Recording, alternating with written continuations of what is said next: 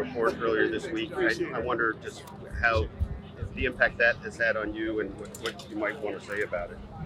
Yeah, well, I guess I'll start with the more human response, which is as a woman who's worked in sports industry and predominantly male-dominated sects of the sports industry, I was just heartbroken and horrified to read every single page of that report.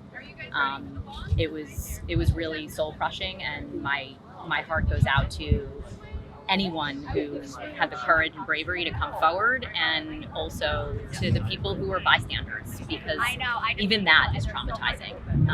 And so I think that has to be said almost every single time anyone is asked for a reaction.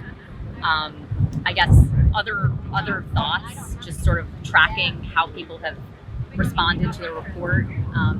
I think there's an important element of the league's position right now that probably warrants some clarification, which is that there's a really important reason why the league is directing the joint investigative team to review the findings and recommendations in the Yates report before we sort of officially take action.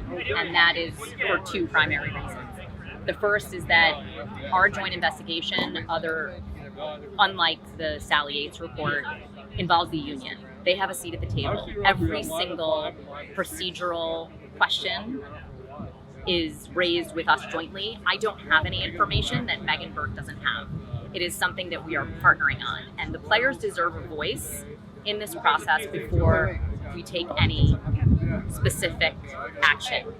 Let's remember, this is not supposed to satisfy fans or media. This is for the players, and at the end of the day, that is what's guiding my decision making.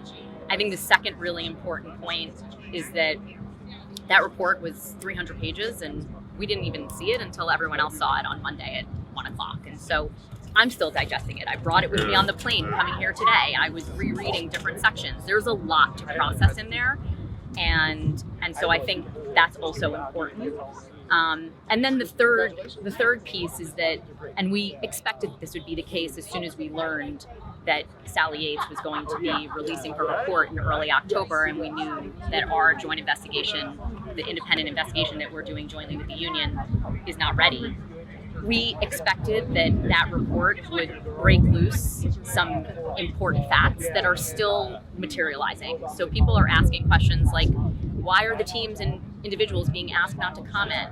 Because there's an ongoing, very important investigation, and what the players actually want is the facts. And we can't get to corrective action or systemic changes until we know that we have left no stone unturned and all the facts have been uncovered. And we're not at that point yet.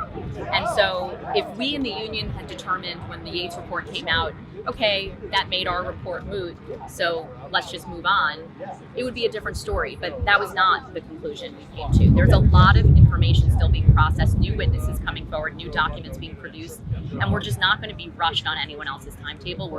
We have to get this right, and we're going to do everything we can to deliver for the players. Do you foresee also releasing the results publicly in the same manner? Yes.